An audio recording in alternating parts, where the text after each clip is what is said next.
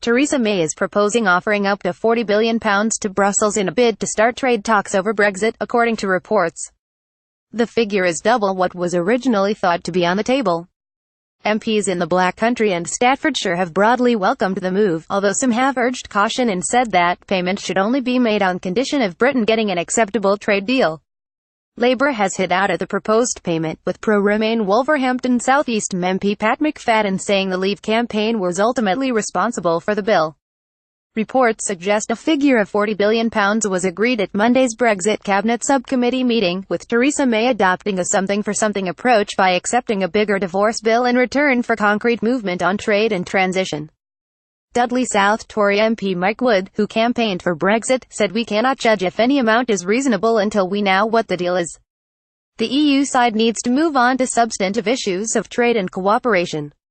Only then can we come to a view of what we owe. We cannot just pluck a figure out of here.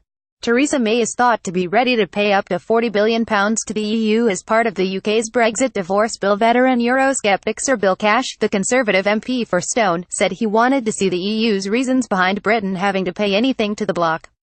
It seems to me we need to have it explained what the methodology is for any financial settlement, and both the UK and the EU should publish their methodology so we can understand on what basis they are expecting us to pay anything, he said.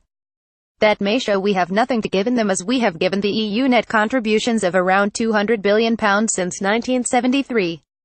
We also excused half of Germany's debt in 1953, so if this settlement is going to compensate Germany because we are leaving the EU, we should refer back to that. We need the principles spelled out, and any payment should be conditional on an acceptable trade deal. Nothing is agreed until everything is agreed. Lichfield Tory MP Michael Fabricant, who campaigned for Brexit, said it was always inevitable that we would have to buy our way out of the EU if we were going to achieve a comprehensive trade deal for goods and services. Companies like Jaguar Land Rover and JCB have been urging the government for this.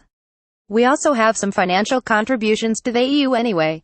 However, given we already transfer to them over £18 billion a year gross, 2, 3, or 4 years payment for an attractive trade deal is good to me.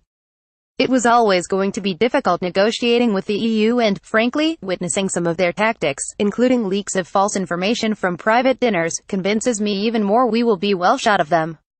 Pro-Remain Labour MP Pat McFadden, who represents Wolverhampton South East and sits on the influential Brexit Select Committee, said maybe Boris Johnson should have put it will cost you £40 billion on the side of his bus.